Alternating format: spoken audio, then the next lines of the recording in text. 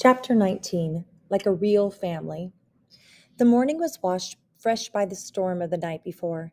Aunt Claire drifted around the house with a smile on her face. She hummed as they dressed for church and was thoughtful on the drive home after the service. I feel so light, she marveled, as if the whole world has slipped off my shoulders. I can't tell you how different I feel. Amy thought she knew. Aunt Claire didn't need her anymore. There was a new serenity in her aunt's manner and in the old house itself, and that was good, because Amy was ready to go home. She was grateful that Aunt Claire didn't protest when she said she and Luann would be leaving as soon as her parents came back. I do want your father to know about Reuben, Aunt Claire said. He has the right to hear the truth, but I'm not going to tell him or anyone else how we happened to discover Grandma Treelor's note. If you want to tell, that's up to you. I can still hardly believe it myself. If your father thinks I should tell the police about Reuben, I will, though I doubt anyone cares anymore about the killings. Anyone but me, that is. I'm going to tell Ellen everything, Amy said. She'll believe it. A long, wonderful summer lay ahead with a best friend she could really talk to. Aunt Claire nodded. Ellen's a good friend, you know, she said suddenly. I think I'm going to enjoy my own friends more when I get back to Chicago. It'll be different this time because I'll be different. No more nightmares about Grandma and Grandpa despising me and blaming me. No more guilty feelings, though I'll always be sorry I gave them such a hard time. She leaned over the table earnestly. I'd like you to be as carefree as I am at this moment, Amy. You're like a daughter to me. Her glance touched on Luann, and Amy knew what she was thinking about. They sat quietly, deep in separate thoughts, until Luann grew bored and wandered upstairs. She had a box of treasures to examine, some old games Aunt Claire had found in the back of a closet. Her heavy tread echoed on the stairs. I keep thinking about what brought you here a week ago, Aunt Claire said, how frustrated you were. What are you going to do the next time you feel like running? It was the same question Amy had asked herself. I know your mother doesn't want any more advice from me, Aunt Claire went on, but maybe you and she can talk things over one of these days. You can help her understand that you and Luann must have time apart occasionally. You need it, and Luann has the right to meet other people. Like Mrs. Peck. Amy remembered her jealous twinges when Luann talked about the fun she and Marissa were having. Like Mrs. Peck, Aunt Claire agreed. It would be great if Luann could go on spending time with her all summer. Just because you're on vacation, you shouldn't become a full-time sister sitter. My mom thinks we should take care of Luann ourselves. Amy picked her words carefully. She never tried to explain this to anyone else before, or to herself. I guess I sort of think we should too, even though I get awfully tired of it. I don't know why, but that's how it is. Aunt Claire began gathering plates and glasses. I'll say one more thing and then I'll be quiet, she grinned at Amy. I may not have experience raising children, but I am an expert on guilty feelings. And I'm pretty sure your mother feels guilty in her way as I do in mine. She blames herself that Luann is brain damaged. There isn't any reason for her to do that, but it's a perfectly human way to feel. And because she feels guilty, you and your father feel guilty too. Luann is your family burden, and it's up to your family to take care of her. Isn't that the way you look at it? Amy was astonished. She never thought that her mother might feel responsible for Luann being the way she was. It was possible, though, she supposed.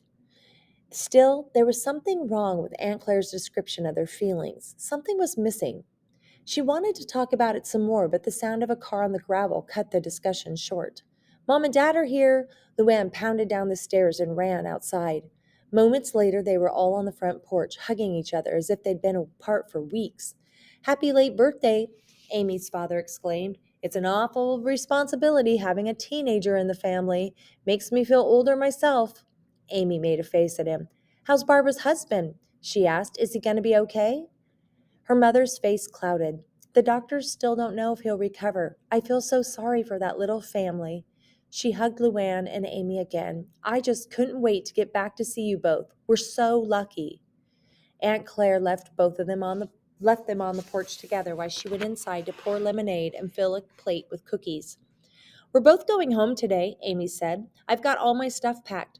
Her mother looked delighted. I'm glad. We've missed you, Amy, especially Luann. Why especially Luann? Mr. Treelor demanded. I missed Amy just as much as anybody. I missed Amy just as much as anybody, Luann repeated. Aunt Claire gave me games, she said, changing the subject, and I know how to play them. Amy says I don't, but I do. You do not, Amy argued. I told you this morning you have to throw the dice and then move. I know how. I do. Suddenly, Luann's face was flushed. She scrambled across the porch on all fours and leaned against her mother's knees. Tell Amy I know. Tell her, she commanded. Amy, please, don't get her all upset, her mom said. It was a scene that had played many times before, but this time there was a difference, and Amy knew it, even as she glared at her sister. In the last 2 days and nights, she and her sister had been through a lot together. They'd been partners, holding on to each other when they were too frightened to stand alone. At that moment, Amy knew what Aunt Claire had left out when she talked about your family burden. She left out love. Luann crouched there like a small child, full of resentment and frustration, but she was a real person, a sister. She'd been brave when Amy was afraid. She had good points and bad points, just like anyone else. I'll play the game with you next week, Luann offered, or maybe Miss Peck will, if I'm busy doing something else. She looked into her mother's eyes as she said that, waiting, not breathing, for the nod that finally came. Sounds like a fine arrangement to me, her father said, and that lemonade looks terrific, Claire. He opened the screen door for Aunt Claire, who had been standing there with a tray of glasses, not wanting to interrupt. Luann scrambled up, her anger forgotten, and handed the glasses around. There's nothing like a snack, she announced in a voice so much like Aunt Claire's that they all laughed. An hour passed. The Treelors lingered on the porch, sipping their drinks and listening to Aunt Claire's plans for closing up the house and returning to Chicago. At last, Amy's father put his glass down and stood up. Well, we better head home. It's been a long, hard weekend. For all of us, Amy thought. Aunt Claire jumped to her feet. Before you leave, there's something I want you to see in the attic, Paul. I'm sure you've forgotten it existed. You were so small when I got it. Amy felt a sinking pit in her stomach. She didn't want to go in the attic again. She just wanted to go home. But when the others filed into the house after Aunt Claire, she couldn't very well stay behind. Luann raced ahead and reached the attic door. This way, she shouted. I know what it is. The dollhouse door stood open, just as they had left it the night before. No, not quite. Amy felt goosebumps on her arms. The dolls had moved again. All four, the grandfather, the grandmother, the big sister, and the little boy, were all seated at the dining room table, the way she and Ellen had arranged them more than a week ago. Amy glanced sideways at Aunt Claire and saw her aunt's eyes widen. Why, this is gorgeous, Miss Treelor exclaimed. Claire, this is the loveliest dollhouse I've ever seen. Wherever did it come from? It was mine when I was a girl, but it's never been played with, and I think that's too bad. Somehow, Aunt Claire smiled teasingly at Amy.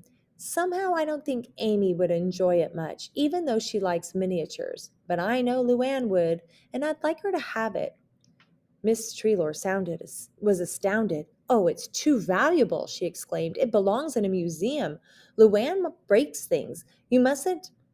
Her protest faded as Luann dropped to her knees and reached into the dollhouse to touch a table and then a chair with a gentle finger. Mine? She asked in an incredulous whisper. The dollhouse is mine? It surely is, Aunt Claire said, if your mother and father say it's all right. Amy's father cleared his throat. I'm sure Luann will take very good care of it, he said. There were tears in his eyes, and for a moment Amy thought of what it must have been like for him long ago on that night, awakened by the police in a dark wood chest and carried off to live with strangers. He had his own terrible memories to live with. Now he was looking at the dolls gathered around the table. They seem happy, don't they? He said, like a real family. He put his arm around Amy and rested the other hand on Luann's shoulder. Best thing in the world, a family, he said. Agreed, Amy? Amy leaned against him. Agreed, she said. Agreed, Luann? But Luann was too busy to answer. She was passing a tiny china plate from one doll to another. Have a chocolate chip cookie, she coaxed. You'll feel much better. The end.